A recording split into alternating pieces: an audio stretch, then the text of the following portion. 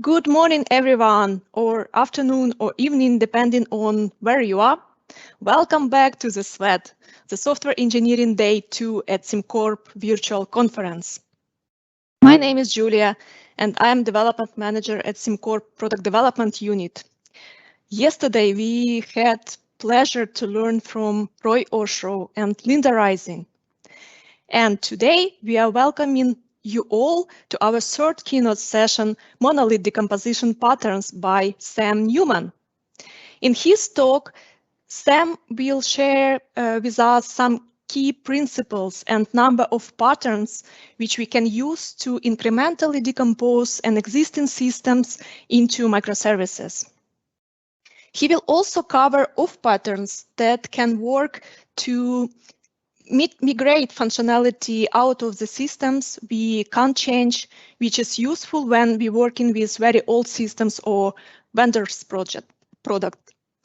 We'll look at the use of strangler patterns, change data capture, database decomposition, and much, much more. So Sam Newman is an independent consultant specializing on helping people ship software fast.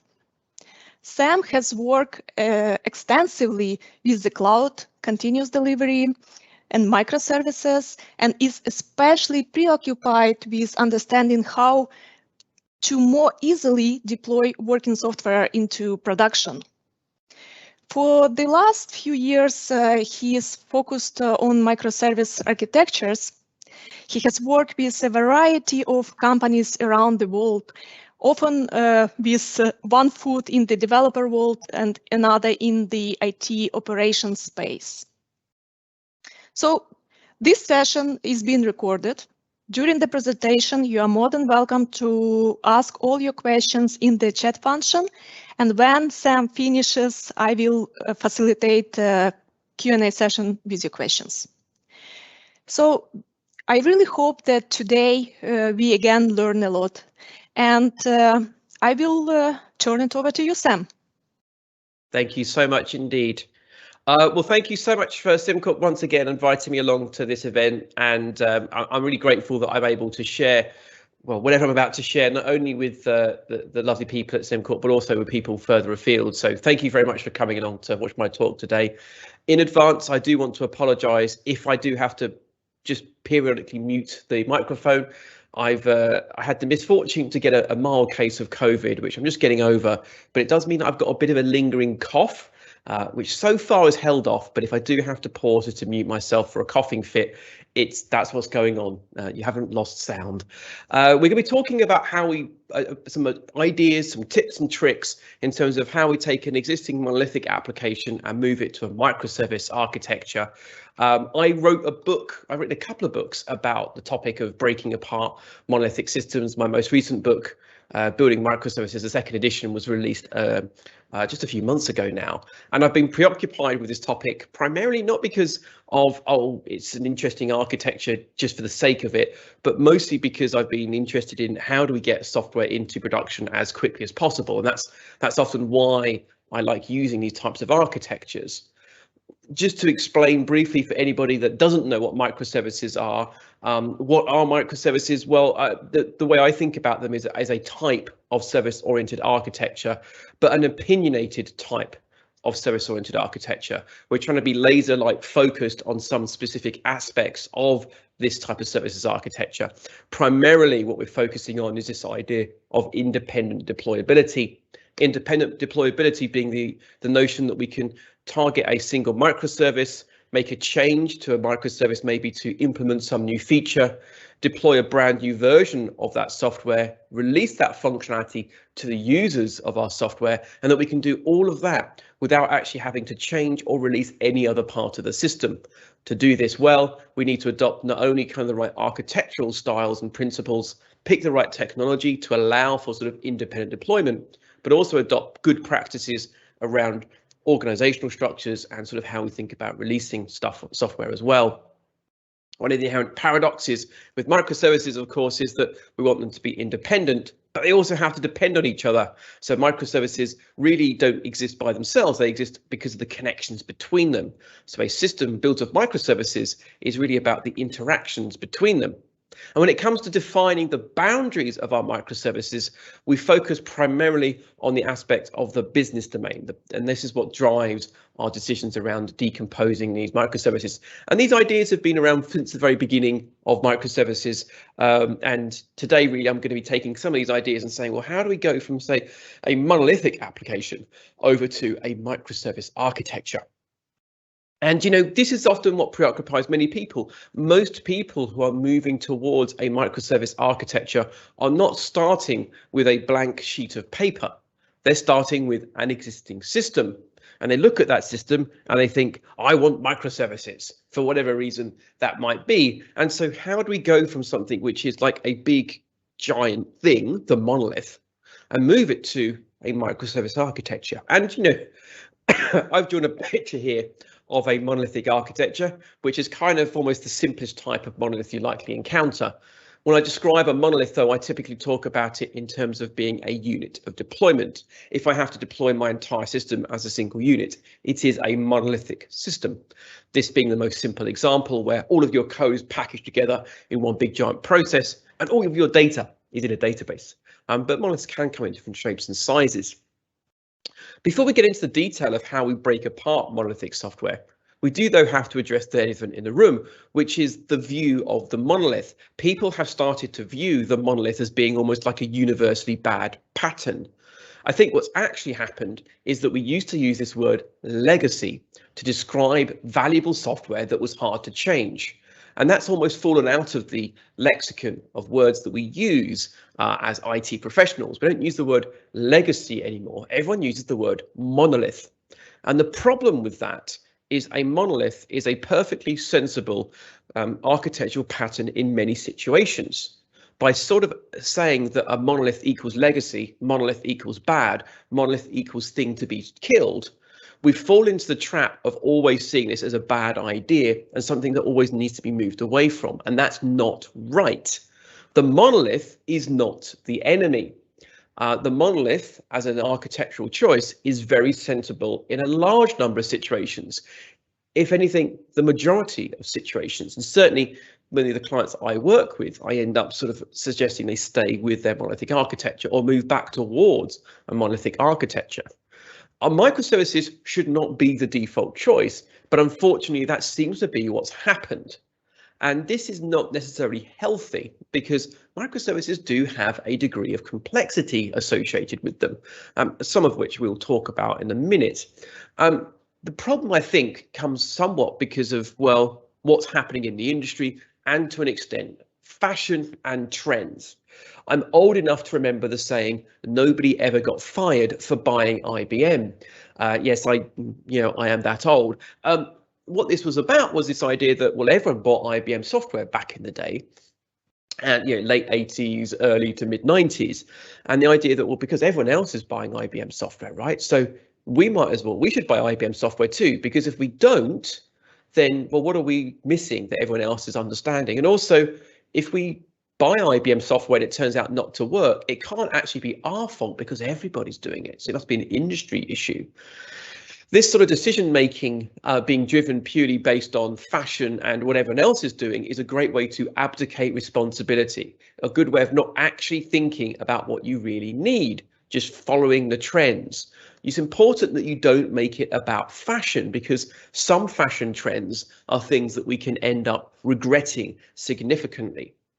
When I'm working with teams who are considering a move to a microservice architecture, I always try and start with the same place, which is not to say we should get rid of the monolith. That's not the starting point. It's very rare, in fact, that the monolith itself is what needs to die. I always start instead with this question: what problems are you trying to solve? The nature of the problems you're trying to solve are going to determine whether or not microservices may be suitable to you. And even if they are potentially a way to solve those problems, the nature of the problems will determine how you break apart a monolithic architecture. There's probably an infinite number of ways that you can take even a simple monolithic application and decompose it into microservices. Which microservice do you start with? Do you start with this piece of functionality or that piece of functionality? Your decision making around that is going to be driven, hopefully, via sensible prioritization based on the problems you're trying to solve. If I'm trying to scale an application to handle more load, I'm going to be extracting functionality, which is the bottleneck in my system. If I'm trying to improve organizational autonomy, I may be splitting my software around organizational lines to allow people to do more development independently. On the other hand, it might just purely be about pace of change, in which case maybe more of my focus will be on the parts of my code base that have a high degree of volatility. Different reasons for considering a microservice architecture will change the nature of how you carry out that decomposition. Fundamentally, even once you've done that prioritization, I'm still very much of a fan of making this migration an incremental thing. You go from the monolith system to a microservice architecture, not as a single step, but as a series of hundreds or thousands of little small steps. It's the simple approach here is that we want to extract pieces of functionality from the monolithic system, have it integrated with the monolith because our new microservice may only do a fraction of the functionality, have that system deployed into our production environment so we can start learning from it from day one and getting the value from it at day one. This is a fundamental incremental approach. By incrementally breaking things apart, you're much better able to understand, firstly, are microservices right for us? But moreover, we can understand, well, how many microservices do we actually need? The problem with microservices to a great extent, aside from the fashion and the trends, and the only person that wins when you do microservices is me because I sell books about microservices.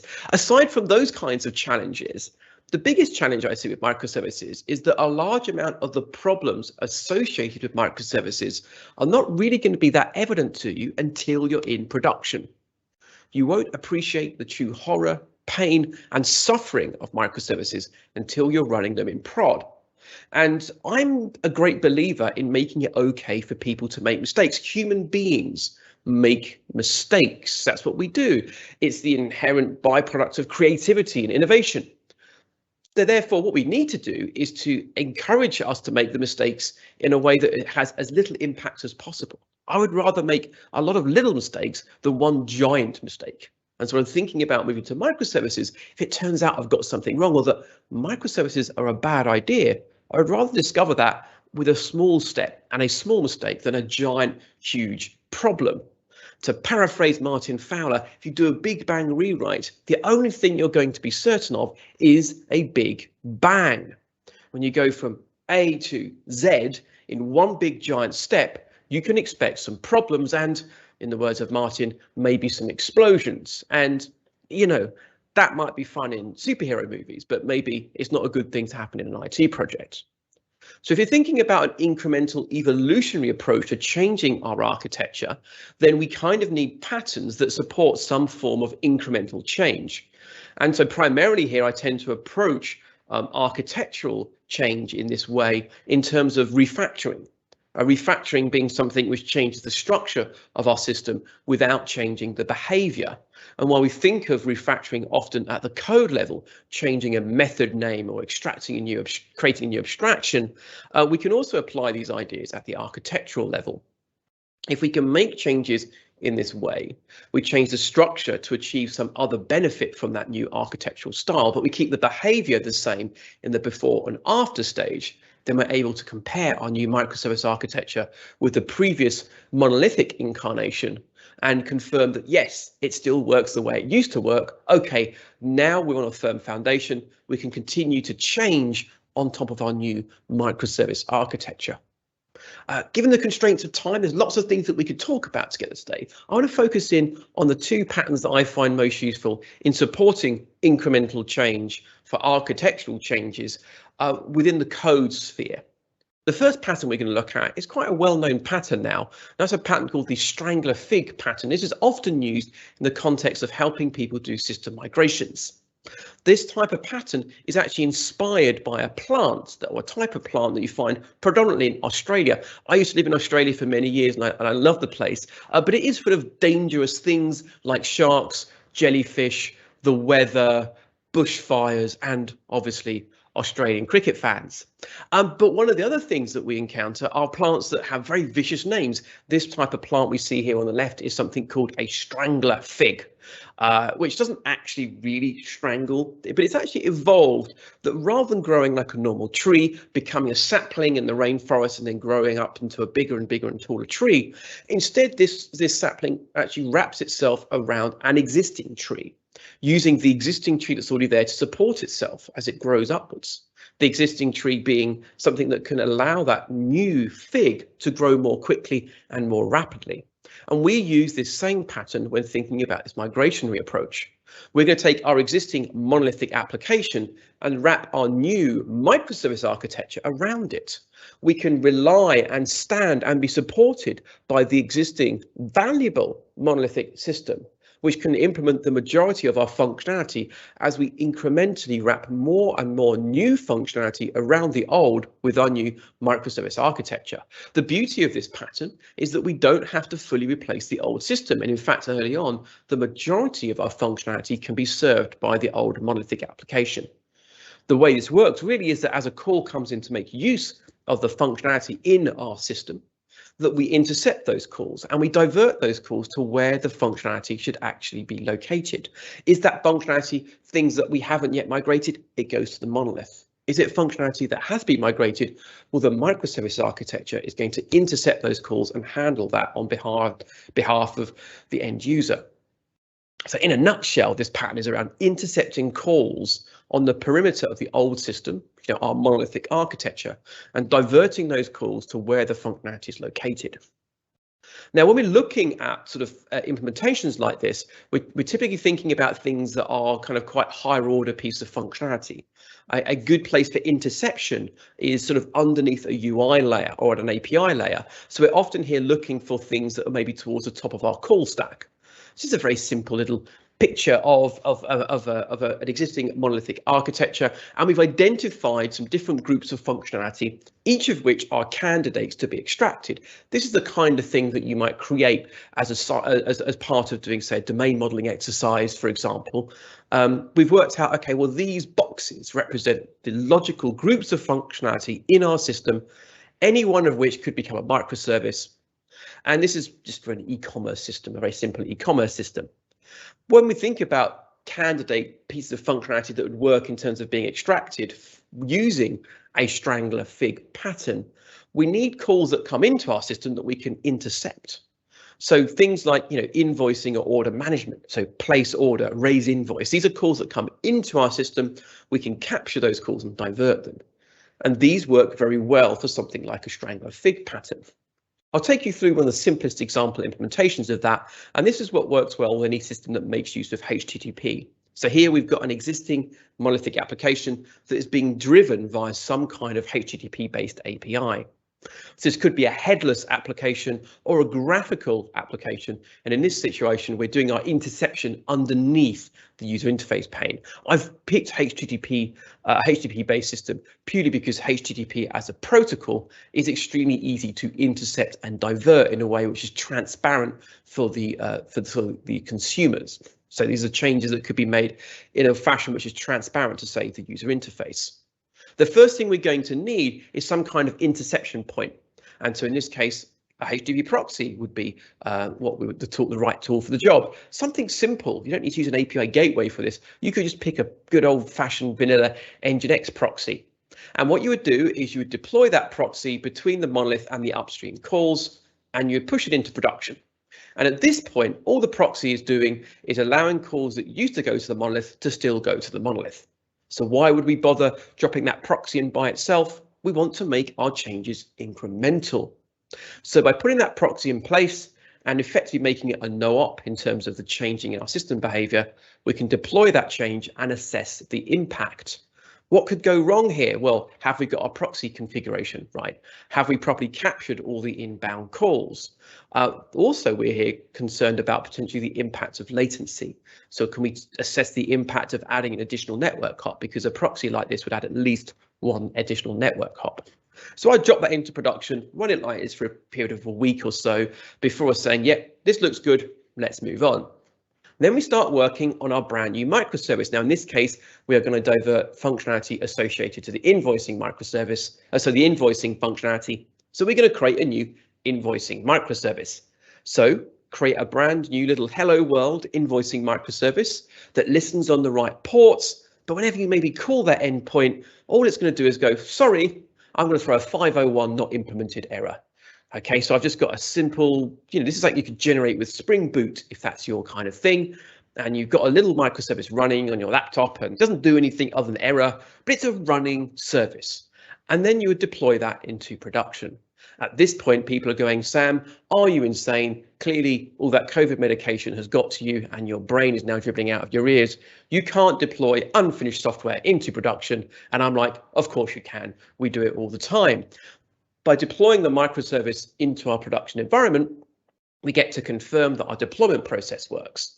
We get used to that deployment flow. We can be pushing into production 20, 100 times a day if we want to. We can make sure that when we hit our invoicing microservice that it logs into the right locations, that it appears in our tracing dashboards, whatever else we want to do. We have far too often sort of conflated the ideas of deployment and release. These are separate activities, right? Deploying something is not the same as releasing it. And if we separate those two ideas, we allow ourselves to do other types of rollout mechanisms like canaries, parallel runs, and all these other things. So it's deployed, it's not yet released. So once we've been iterating maybe on implementing the functionality in our invoicing microservice as a period of days or weeks, and when we're ready and we say, yes, our invoicing microservice is working really well, now it's time to release our functionality. How do we release it? Well, we do this. All we need to do is change our proxy configuration so that calls for the invoicing endpoint go from being pointed at the monolithic system, now being pointed at our invoicing microservice instead. If we have a catastrophic issue the moment we roll this new microservice out, how do we roll it back? Well, we just change the proxy configuration. And that's a quick, very fast change in behavior. And of course, we can continue that process by rolling out, say, a brand new order management microservice as well. Now, this pattern works extremely well despite its simplicity. And the way I've outlined it here, this is one of the simplest implementations, but I've seen the Strangler Fig pattern implemented in the UI layer using things like FTP interceptors, message interceptors. I've even done this with fixed file uploads. There's a variety of different ways of implementing the Strangler Fig pattern, but hopefully you've got enough sense of the main building blocks of this. Just to reiterate here, this pattern actually enables us to quite happily deploy things that aren't yet ready for release. And if we can separate the concept of deployment and release, then we can be a bit bolder and safer in how we deploy our software. Don't conflate those two ideas. Deploying a piece of software is not the same thing as releasing it. If I can deploy and then control how I release separately from the deployment, I can be much safer and de-risk every deployment, and at the same time be much braver about releasing software more frequently. So we might be able to explore that topic a bit more in the Q&A later. So this is great if we want to extract functionality that's maybe towards the top of our call stack, things like place order or raise invoice. But what about functionality like the ability to, say, send notifications to our customers or award points based on the things that people do with our system?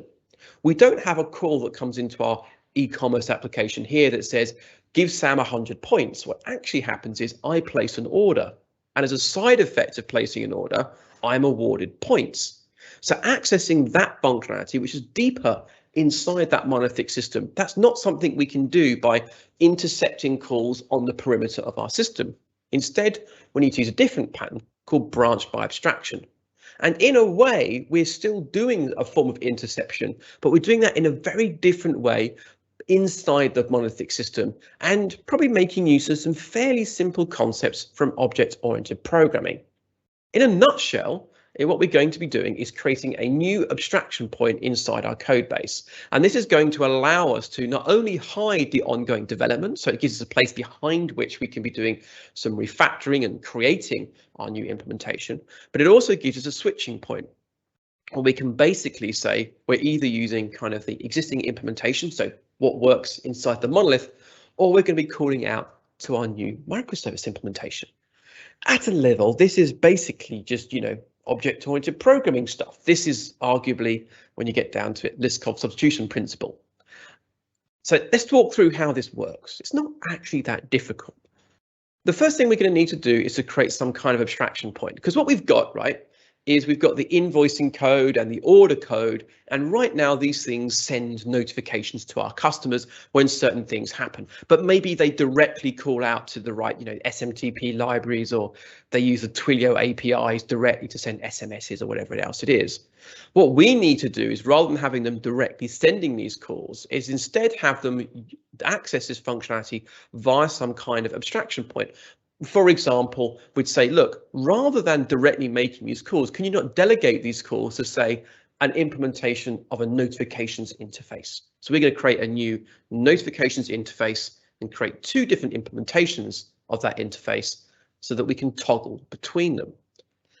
So at this point, right, this is the first step. Step one is just finding and creating the abstraction point inside your monolithic code base. This will require you to do some work on the monolith. I know this is the scary, scary stuff that you've been hoping to avoid. Guess what? You don't get to avoid it, right? That monolithic system you don't like working with, you did that. I mean, maybe not you personally, but collectively, your organization made that mistake happen. Right? You've let that code base get to the point now where you don't like working on it. You may have to clean up some of your mess before you get to move on. And this is part of that process. We need to create an abstraction point. This is, again, earth-shatteringly complicated ideas from object-oriented programming, but it's okay because we've only been doing it for about 50 years. So the first thing we've got to realize is all this notifications code that we probably want to pull and extract into a nice new abstraction is probably scattered all the way through our code base. So there's a bit of like a dumpster diving effort that's going to go on here.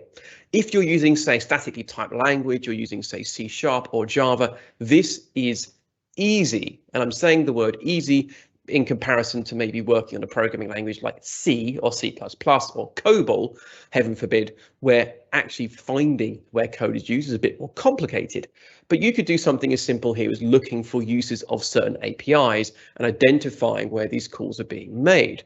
You need to identify where that call is and migrate it into a new piece of code, a new abstraction point. We want to grab all of that code and move it into a new abstraction. So now maybe we want to create a notifications interface and a notifications class that implements that functionality. Now, this is not always as straightforward as I make it outline. It's nice when I draw a pretty picture like this. I've done an awful lot of this work in my time, so I don't want to underplay the complexity here, but I just do want to say that this has got nothing to do at this point with distributed systems, and this has got everything to do with keeping a code base nice and easy to work with. For those of you who find this kind of approach, this step daunting, I can thoroughly recommend the book Working Effectively with Legacy Code by Michael Feathers that goes through this in a bit more detail.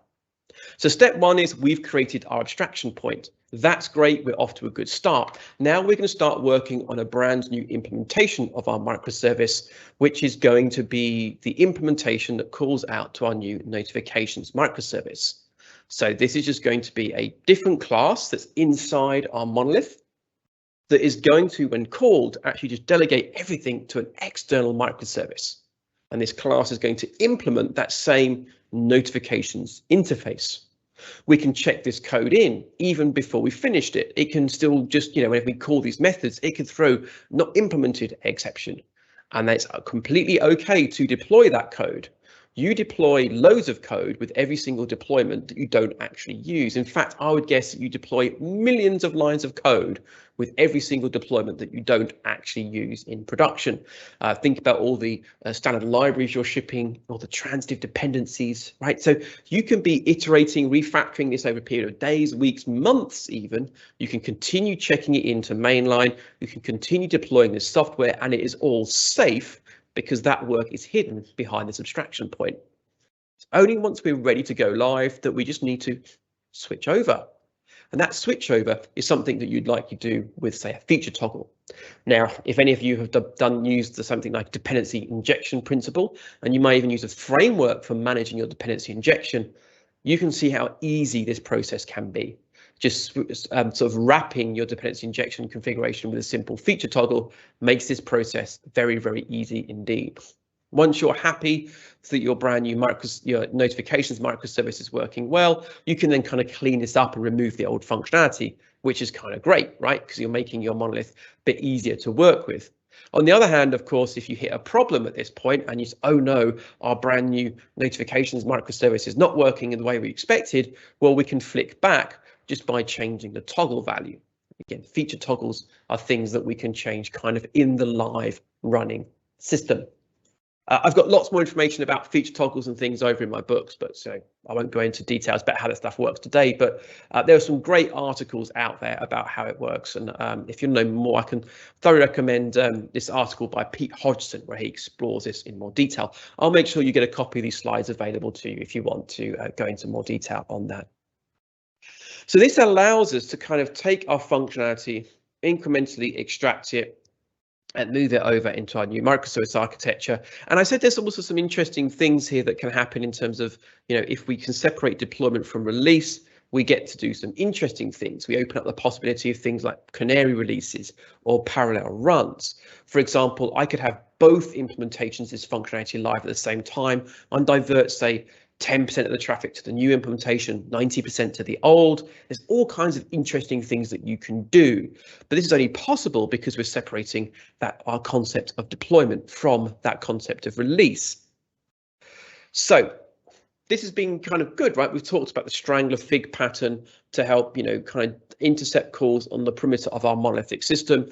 But we've also and talked about the branch by abstraction pattern in terms of pulling out code from the middle of our monolithic software as well.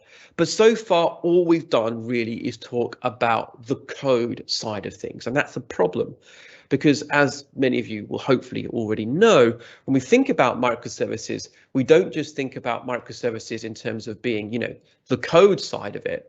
We also think about microservices in terms of data. The communication between microservices, right, is going to be done via some kind of network call. And typically here, we're talking about, REST APIs or gRPC endpoints. What we do is avoid the use of sort of big shared databases. We tend to isolate our data, hide our data inside our service boundaries. We want to treat our microservices effectively a bit like they're a black box. This is all about helping us achieve independent deployability. We don't want to break databases apart just for the sake of it. We do it all to enable this concept of independent deployability. When we think, about this concept of independent deployability, it's really important that we have backwards compatibility. When I deploy a brand new version of my inventory microservice here, I've got to be careful that I don't break other consumers in my system. If I rolled out version 2 of inventory, but changed my API or the contract that my service has with the wider services ecosystem in such a way that it broke another system in production, it could bring our whole system crashing down. And that means we need to get really, really good at backwards compatibility. And it turns out that this is one of the main reasons why we look to hide our data inside our service boundary. There's a really important concept here called information hiding that actually comes from kind of work done into how to define good modular architectures. And I'd argue that microservices are an example of a modular architecture that explores the importance of hiding detail away from consumers of any given interface in order to allow those things to be changed easily. Let me give you a more concrete example. Here's an accounts microservice, right? And these blue dots inside this boundary, they represent data structures or kind of low-level methods, and we can see the database here directly. And then we have an upstream consumer, the shipping microservice. And we've basically said to the shipping microservice, look, you can access whatever you want. Maybe it's a Friday and some of us have a Christmas party later on. And so we're short of time. We can't be bothered doing anything fancy. And we say, look, if there's any data you need, just access whatever you want. Rummage around in my database, grab this data out of my memory, access this low-level method. It's just quick and easy for you to get whatever you need access to right now, because, that way you can look after yourselves and we can go off and have a party and drink some schnapps. The problem with this approach, though, of course, is of allowing direct access to the internals, is that it's very difficult now to be sure that when you make a change to the accounts microservice that you haven't broken an external consumer. What things can I change safely now in this accounts microservice? How do I know with any degree of confidence that a, say, change in database constraint or a rename of a method isn't going to result in effectively a production breakage and a potential production outage? When we don't hide anything, when everything is potentially exposed to external parties, we create this sort of almost like a culture of fear and trepidation. As a developer, can I check this in? Or will it bring the whole system crashing down around our ears? And it's like, I don't know. And for many organizations who are moving to microservices in the spirit of enabling more kind of independent development and more autonomous teams and wanting to go fast and go quickly, suddenly creating an environment where every single change is fraught with peril and risk and, and fear, that's not going to help people ship software quickly. That's going to slow pace of delivery down. What we need to do instead is actually look to hide as much information as possible inside a service boundary. This means sort of presenting effectively a stable interface to our consumers that we can maintain compatibility of. And this includes, hiding our data. So what we're being here is explicit about what it is that we share with our external consumers, saying this is the interface that you will use. This is our REST endpoint, our gRPC endpoint. This is our Kafka event stream or whatever it is. But we're going to hide the internal implementation of our system that might change frequently. And by default, we should be hiding our database as well. By hiding how we store data inside our service boundary, we are better able to make changes that we need to our service without impacting others people around us. So we kind of protect ourselves. We are free to change anything we want in that green hidden world without fear of breaking, in this case, the shipping consumer. It's only when we make changes in that shared world that we're going to have to be ultra careful and ultra cautious. And by simplifying our worldview in this way, we can put more effort into things like better tests and more oversight, maybe around the changes we make in that area of our interface. Some of you might do sort of mob or aka ensemble programming, for example, for like sort of significant changes in your system. And guess what? I'll be focusing those efforts on anything to do with, say, the contract of your service with the outside world. But things inside your hidden world, you can do whatever you want with it because no one else can see it. This is very freeing. Information hiding fundamentally is as much about being explicit about what you provide as it is about allowing for independent change. So we also need to split our data as well. We're moving from our monolithic system to our microservice architecture. What we've talked about so far is putting apart really the application code, taking our code and putting that apart. And I gave you some details about how we did that with both the Strangler Fig pattern and the branch by abstraction pattern. I actually go into this a lot more detail in my book, Monolith to Microservices. But we can't stop there. To extract one microservice, we have to pull the code apart, but we also have to pull the data as well. Now, that really is a topic that I could spend like a lot more time on. But given that we're just starting off the day today on Friday, I wanted to give people time for questions. I thought now might be a great time to wrap up and ask you, is there any questions that you have for me? In the meantime, if you want more information about the work I do, you can go find it over on my website. But let's pause here now and actually say, has anybody got any questions for me about any of the ideas that I've shared today? I'll open up the floor to everyone else. Thank you, Roy. Yes, Sam. Yes, we do have questions in the chat. So people are really curious to ask you the following things. I really like your notification service example, but how is the best way to abstract from framework components that is used via inheritance and specialized in many forms across the monolith? So a framework component, so you're using a framework component. I mean, to be honest with you, if you're using an object-oriented programming language and that framework has a class structure that you can inherit from yourself, then I still don't necessarily see this as being an issue.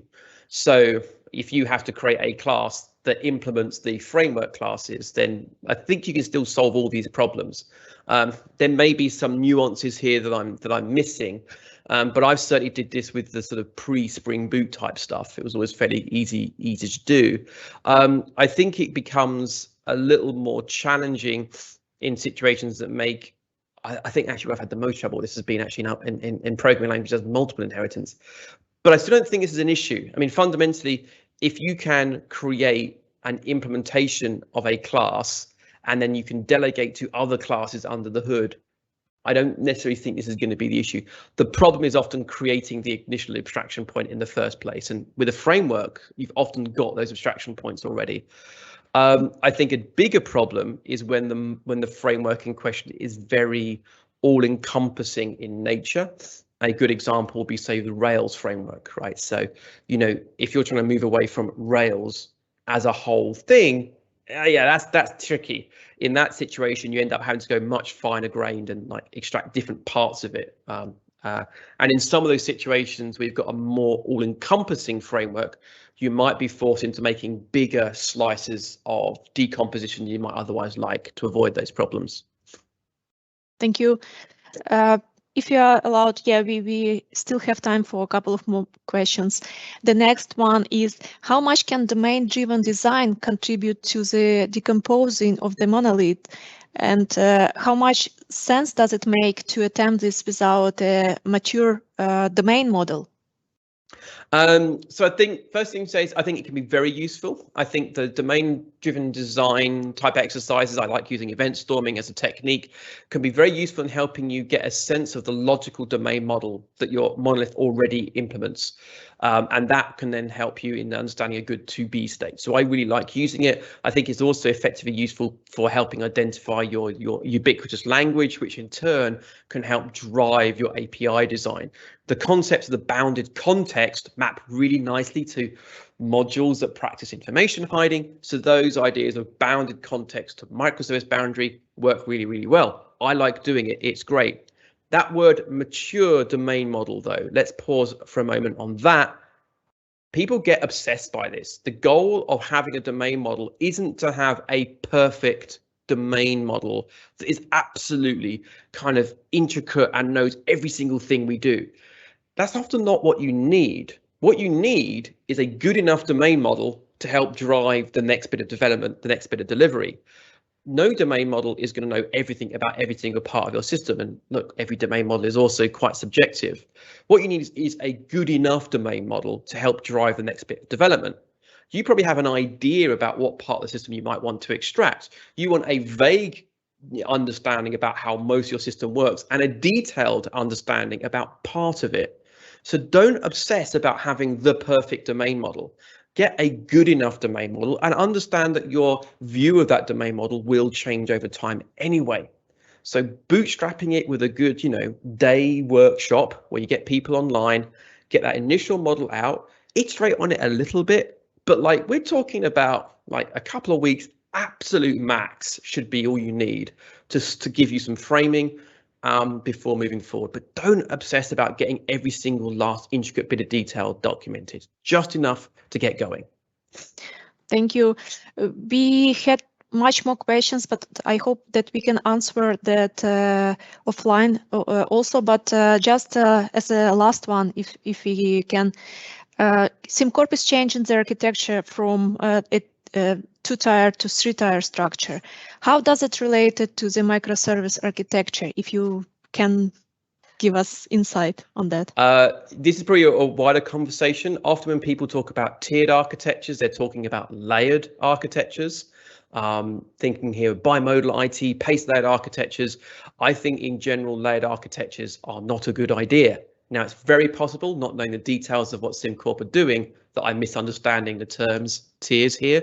But in general, layered architectures, I don't think are useful in terms of actually speeding up delivery. Microservices primarily are trying to look for vertical slices of functionality. rather than horizontal slices of functionality. So it's possible that what SimCorp want to do don't line up with microservices. And you know what? If it's still right for SimCorp, that's absolutely fine. There are plenty of organizations that are very successful who don't do microservices. So do what's right for you, not what fashion dictates. But maybe we could talk more offline. If anyone's got questions I didn't get to answer, I'm at Twitter. I'm at Sam Newman at Twitter. Send me questions there and I'll happily respond over there for you all. Thank you, Sam. Yeah, that was yet another great session. Thank all participants for being curious and asking those questions. And now this is information for internal participants. We will have a 15 minutes break now. During the break, you can navigate SWED portal, select the stream and breakout sessions that you are interested in to join. We start again at 10:15 Central European time. Our feedback board is available at the portal. Please don't forget to leave your feedback after you attend any session during the day. And as for external participants, thank you so much for joining us today and yesterday. And we are looking forward to seeing you next year at the SimCorp Software Engineering Days. Thank you.